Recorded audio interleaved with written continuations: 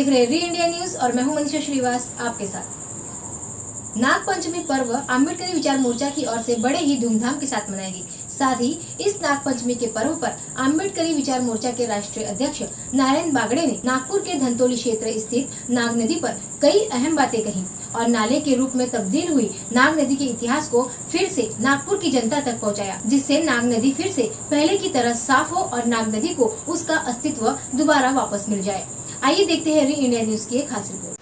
Sir, आज नाग पंचमी है, तो इस नाग पंचमी को आप किस तरह से मना रहे हैं? हम लोग ये नाग पंचमी का उद्देश्य ऐसा, ये बुद्धिस्ट त्यौहार है, क्योंकि इस देश के अंदर बुद्धिस्ट काल में 5 राजा हो गए थे, नाग राजा। इसमें विदर्भ में एक राजा हो गया था जिसको नाग राजा कहते थे। अनंत नाग में एक राजा होता है ना, पूरे देश में ऐसे जो 5 विभाग थे उसमें 5 विभाग के 5 नाग राजा हुए थे और सब ये नागवंशी लोग हैं। तो ये नागपुर का जो इतिहास है ये बौद्धकालीन इतिहास है। ये नदी को बौद्धकालीन स्वरूप मिला हुआ है। यहाँ नाग नदी जो नाम है इसका, यहाँ नागवंशी लोग रहते थे, इसके वजह से इसका नाम नाग नदी गिरा है। और हम लोग ये जो आज का दिन रहता है, तो ये दिन को हम लोग नाग पंचमी को हम 5 राजाओं के स्मृति दिन में याद करते हैं और उसी के उपलक्ष्य में हमने हर साल, अभी हमारे यहाँ पर जो बैठे हमारे सूरज जी खाते इतिहास के बहुत बड़े जानकार हैं, हमारे माजी जिला परिषद सदस्य विजय बलकोट जी बैठे, सुभाष जी बड़े बैठे हैं, नामदेवराव निकोसे हैं, सुखदेवराव मिश्रा में, राजू पांजिरे जी और हमारे सहकारी लोग हैं, चिरपुरे जी, कामड़े जी। तो हमारा ये उद्देश्य है कि ये नाग नदी का जो पवित्र है, इससे बौद्ध इतिहास से इसका बहुत बड़ा संबंध जुड़ा हुआ है। एक नाग नदी हमारे इतिहास में, नागपुर की जो नाग नदी है उसी की वजह से नागपुर भी नाम अपने शहर को जो मिला है, ऐतिहासिक है। तो ये नाग नदी का जो महत्व है, ये नाग नदी को, और इसकी आपने अभी देखे, अपन लोग जाके देखे नाग नदी की क्या अवस्था है। और ये नाग नदी हमारा इतिहास कालीन रहने की वजह से इसका एक बहुत बड़ा वैभव है। आपके माहिती के लिए मैं बता दें कि डॉक्टर बाबा साहब आम्बेडकर ने नागपुर में दीक्षा समारंभ जो किया दीक्षा भूमि के ऊपर, और उस समारंभ के बाद में एक तरुण भारत का जो पत्रकार था, मांडखोलकर करके बहुत बड़े ज्येष्ठ पत्रकार थे, तो उन्होंने बीटी मांडखोलकर, तो उन्होंने डॉक्टर बाबा साहब आम्बेडकर से एक सवाल किया था कि डॉक्टर बाबा साहब आम्बेडकर, तुमने नागपुर ही ये बौद्ध धर्मांतर के लिए क्यों चुना है, क्या कारण है इसका इतिहास? तो डॉक्टर बाबा साहब आम्बेडकर ने बोले, पहले तुम बताओ तुमको क्या लगता है। तो मुझसे सवाल किया बाबा साहब ने, तो उन्होंने बताया कि हो सकता है, बोले कि यहाँ संघभूमि रहने की वजह से, आरएसएस का हेडक्वार्टर रहने की वजह से आपने आरएसएस का एक प्रतिबंधित मतलब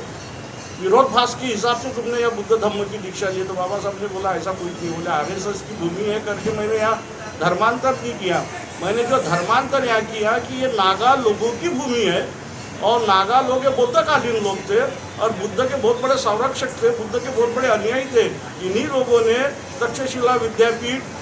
बड़े बड़े जो लेना वगैरह भारत के अंदर देखते हैं हम लोग, ऐतिहासिक लेना, तो ये सब नाग लोगों की देन है। और नाग लोग ये बुद्धकालीन बुद्ध के बहुत बड़े उपासक थे। और यहाँ पे ये नाग लोगों की जो राजधानी थी, इसको अपना भी भंडारा बोलते हैं। जो भंडारा जो जिला है ये उसकी राजधानी थी, जो नागपुर से लेके ये पूरा ऐसा प्रदेश था, जैसा विदर्भ बोलते तो ऐसा भंडारा प्रदेश करके इसको बोला जाता था। ये बहुत बड़ा प्रदेश था। तो ये 5 राजाओं में से एक राजा नाग राजा यहाँ पे भी वास्तव करते थे। और ये उन्हीं के समय में, ये बुद्धकालीन समय में ही ये नदी का उद्गम हुआ था। इसका नाम उसी समय में नाग नदी करके, और इसका बहुत बड़ा वैभव था। बहुत बड़े आप देखते हो यहाँ पे संगम भी है, भोसलेकालीन और राजा बख्श बुलंदशाह के समय में ये संगम के ऊपर बहुत बड़ी पूजा अर्चना होती थी, या बौद्धकालीन पूजा अर्चना नदी पे होती थी। पर आज ये नदी की ऐसी अवस्था है। तो हम लोग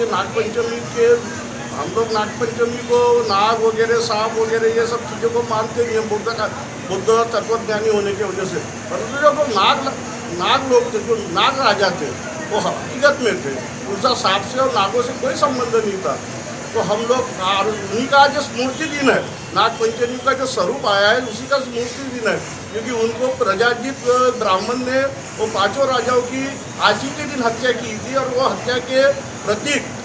हमारे नागावंशी लोग, हमारे नाग लोग के अनुयायी उनका ये दिन मनाते थे। पर कालांतर के अनुसार भी दंत कथा निर्माण होते होते कुछ झूठी कहानियाँ बनाई गई और झूठी कहानी से ये सांप और बिच्छू को जो है इसका स्वरूप दिया गया, जबकि इतिहास में ऐसा कभी नहीं होता है। तो ये बुद्धकालीन इससे संबंध जुड़ता है और हमने यहाँ संकल्प किया है कि हमारी नाग भूमि, नाग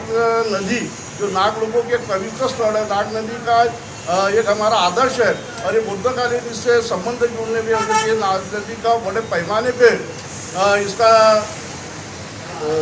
सौंदर्यीकरण होने को ना, शुद्धिकरण होने को ना, और ये हमारा जो वैभव है, ऐतिहासिक जो हमारे को जो वारसा मिला है इस नागपुर नगरी को, जिसका नाम नागपुर नगरी पूरी दुनिया में बड़े सम्मान से लिया जाता है। सारे दुनिया के बौद्ध इस नगरी को बाबा साहब ने दीक्षा देने की वजह से